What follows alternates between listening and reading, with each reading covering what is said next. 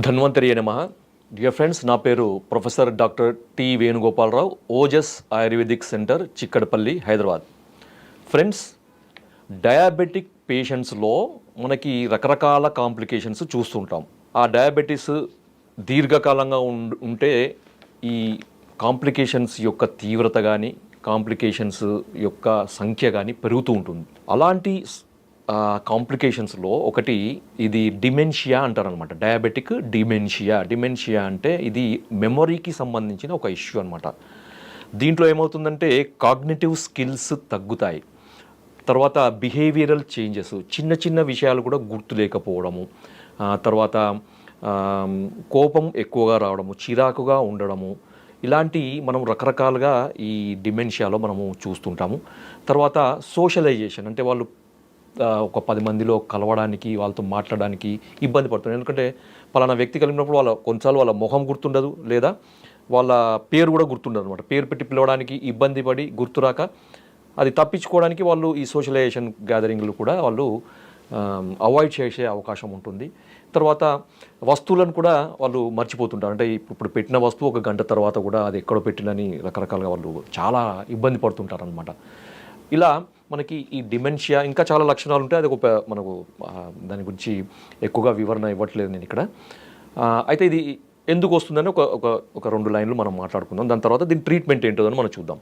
So ఇది రావడానికి కారణం ఏంటంటే ముఖ్యంగా మనకి బ్రెయిన్లో ఇన్సులిన్ రెసిస్టెన్స్ బ్రెయిన్లో వస్తే దాన్ని టైప్ 3 డయాబెటీస్ అని కూడా మనకి చెప్పారన్నమాట. డయాబెటీస్ వల్ల మనకి ఇన్సులిన్ రెసిస్టెన్స్, ఒకవేళ ఇన్సులిన్ రెసిస్టెన్స్ అనేది మనకి శరీరంలో ఉంటే టైప్ 2 డయాబెటీస్, దానికి అదనంగా మనకు బ్రెయిన్లో కూడా ఇన్సులిన్ రెసిస్టెన్స్ కనుక ఉంటే దాన్ని టైప్ 3 డయాబెటీస్ అని కొంతమంది ఈ మధ్య చెప్తున్నారు.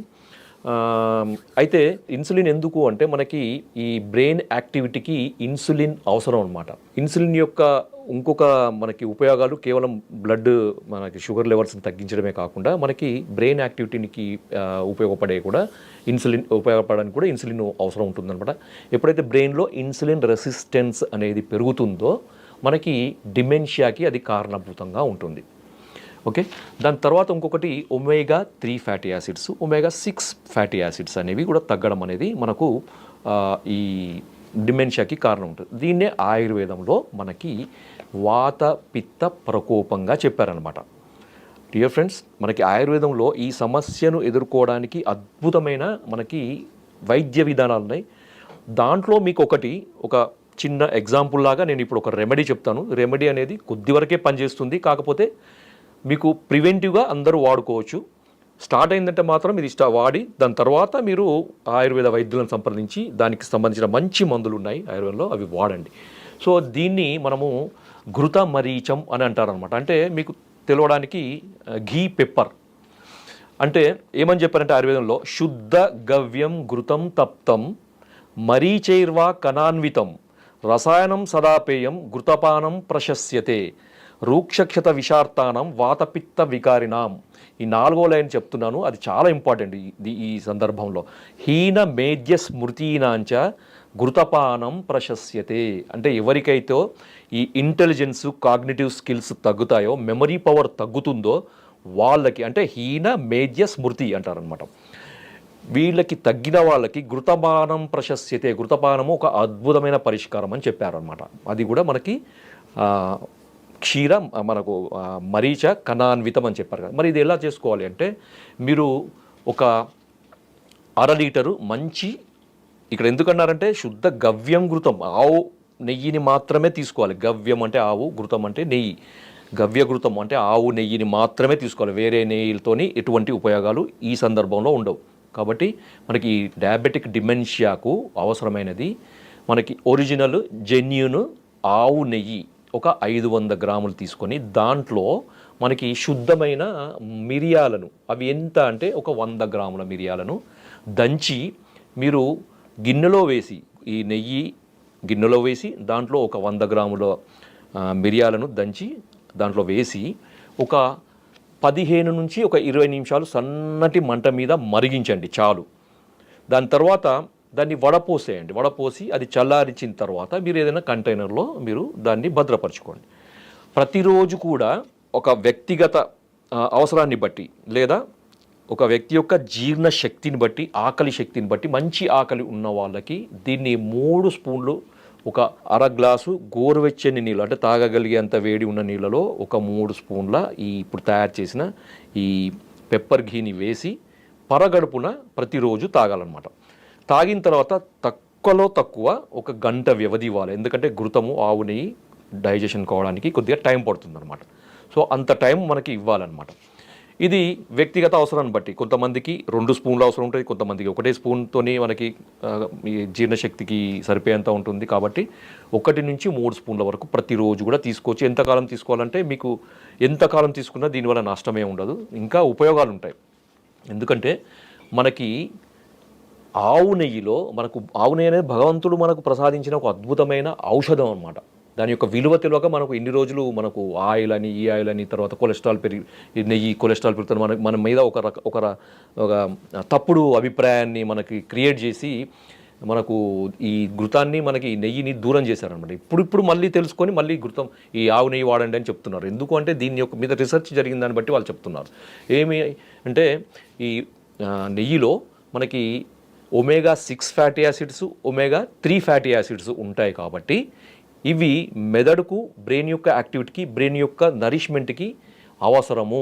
అదే ఇప్పుడు ఎక్కడైతే మనకు ఇంతకుముందు చెప్పాం కదా, omega 6 fatty acids, omega 3 fatty acids తగ్గడం వల్ల ఈ డిమెన్షియా వస్తుంది అని.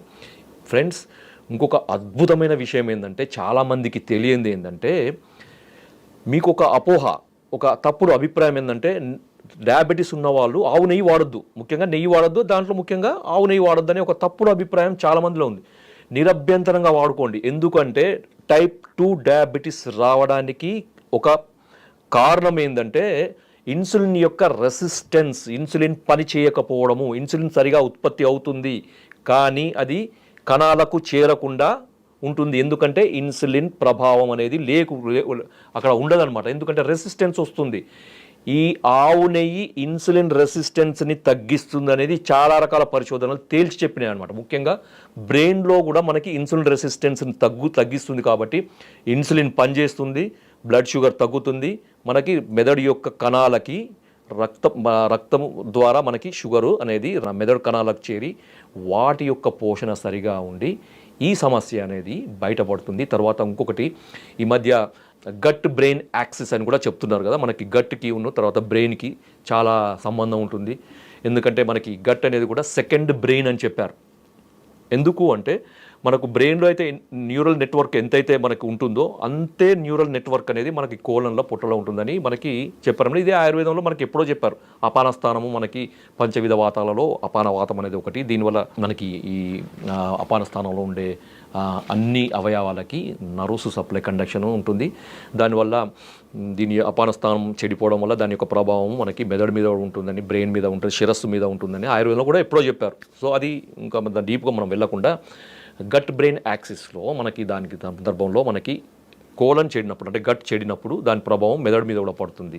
కాబట్టి ఘృతపానం తీసేయడం వల్ల అంటే ఈ ఆవు నెయ్యి తీసుకోవడం వల్ల ఏమవుతుందంటే ఈ ఆవు నెయ్యిలో ఉండంటే నేను సైంటిఫిక్గా చెప్తున్నాను, ఈ బ్యూటరిక్ యాసిడ్ అనేది ఉంటుందన్నమాట. ఈ బ్యూటరిక్ యాసిడ్ ఏం చేస్తుంది, అది మిగతా ఫుడ్ సోర్సెస్లో దేంట్లో కూడా ఇంత మోతాదులో ఉండదు. ఒక్క ఆవు నెయ్యిలో అన్నిటికంటే ఎక్కువ పరిమాణంలో మనకి ఈ బ్యూటరిక్ యాసిడ్ ఉంటుందన్నమాట. ఈ బ్యూటరిక్ యాసిడ్ ఏం చేస్తుందంటే ఈ గట్ యొక్క లైనింగ్ని, పొరని అది సూదనింగ్ చేస్తుంది, కాపాడుతుంది అనమాట. తద్వారా ఏంటంటే మనకి గట్ హెల్త్ అనేది అద్భుతమైన పనితీరుగా మెరుగవుతుందన్నమాట. తద్వారా ఏంటంటే మనకి జీర్ణశక్తి అనేది సక్రమంగా జరిగి మనం తీసుకునే ఫుడ్ ద్వారా వచ్చే ఈ పోషకాలన్నీ కూడా మనకి బ్రెయిన్కి అందుతాయి. సార్, మరి ఇంత చెప్పారు కదా, మరి ఇది సమస్య తీవ్రత ఎక్కువగా ఉన్నప్పుడు, డిమెన్షియా అనేది చాలా తీవ్రతగా ఉన్నప్పుడు ఏంటంటే వాళ్ళు సొంత పేరు కూడా మర్చిపోయే పరిస్థితి ఉంటుంది, సొంత పనులు చేసుకోవడానికి కూడా ఇబ్బంది ఉంటుంది. వాళ్ళకి ఒక అసిస్టెంట్ ఎవరైనా తప్పనిసరిగా వాళ్ళు ఎంబడి ఉండాల్సిన పరిస్థితి ఉంది. సో అలాంటి వాళ్ళకి మరి ఆయుర్వేద మందులు, ఇంకా మెరుగైన ఆయుర్వేద వైద్యం కానీ ఉన్నాయంటే ఉన్నాయి, తప్పకుండా ఉన్నాయి. దాంట్లో మనకి కొన్ని మూలికల్లో మనకి స్మృతి మిత్ర వటి, ఫ్రెండ్స్ గుర్తుపెట్టుకోండి లేదా రాసుకోండి. పెద్దవాళ్ళు ముఖ్యంగా 70 సంవత్సరాలు దాటిన వాళ్ళలో మనకి ఈ సమస్య ఎక్కువగా బాధిస్తుంది. చూసే వాళ్ళకు కూడా ఇబ్బంది అనిపిస్తుంది. బాధపడే వాళ్ళకే కాదు, అనుభవించే వాళ్ళకి కాదు, చూసే వాళ్ళకు కూడా, తర్వాత వాళ్ళకి సేవ చేయాల్సిన భార్యలు కానీ పిల్లలు కానీ వాళ్ళందరికీ కూడా ఒక రకమైన ఇబ్బంది అనమాట. వాళ్ళకు కూడా ఎంతోమంది అంటే వాళ్ళ జీవితంలో ఎన్నో కష్టాలు పడి ఎన్నో పిల్లలకు పెళ్ళిళ్ళు చేసి బరువు బాధ్యతలు అయిపోయిన తర్వాత ఒక ప్రశాంతమైన జీవితం గడుపుదాం అనుకునే సమయంలో ఇలాంటి సమస్య వచ్చినప్పుడు చాలా ఇబ్బందికరంగా ఉంటుంది, చాలా ఎంబరాజింగ్గా ఉంటుంది చూసే వాళ్ళకైనా కానీ సేవ చేసే వాళ్ళకి కానీ. సో అలాంటి పరిస్థితిలో ఉన్న వాళ్ళకి ఈ స్మృతి మిత్ర వటి, మళ్ళీ చెప్తున్నాను, స్మృతి మిత్ర వటి. స్మృతి అంటే మనకి మెమొరీ పవర్, లేకపోతే కాగ్నిషన్ స్కిల్, తర్వాత మనకి ఇంటెలిజెన్స్, వీటన్నిటినీ కూడా స్మృతి కింద తీసుకున్నారనమాట. ఈ స్మృతికి మిత్రం అంటే మనకి అనుకూలంగా ఉండేది, ఒక సహాయకుడిలాగా, ఒక స్నేహితుడిలాగా మనకి సహాయపడేది, దోహదపడే ఈ స్మృతి మిత్రవటి. అది మేము మా ఆయుర్వేద వైద్యుల యొక్క టీం దాన్ని తయారు చేయడం జరిగింది. ఇది బయట ఎక్కడా దొరకదు, ఏ కంపెనీ ఇది తయారు చేయదు. మీరు ఎవరైనా కావాలంటే నా కాంటాక్ట్ నెంబర్ తీసుకొని నాకు కాల్ చేయండి, అది నేను పంపేయగలుగుతాను. వాడండి. పెద్దవాళ్ళకి, ముఖ్యంగా వయసు మీరిన వాళ్ళకి ఇది ఒక అద్భుతమైన వరప్రసాదం అనుకోవచ్చు. కాబట్టి మిత్రులారా, ఇంకా కూడా చాలా మెడిసిన్స్, ట్రీట్మెంట్స్ ఉన్నాయి. దాన్ని మీరు వైద్యులను సంప్రదించండి, లేదా ఓజస్ ఆయుర్వేదిక్ సెంటర్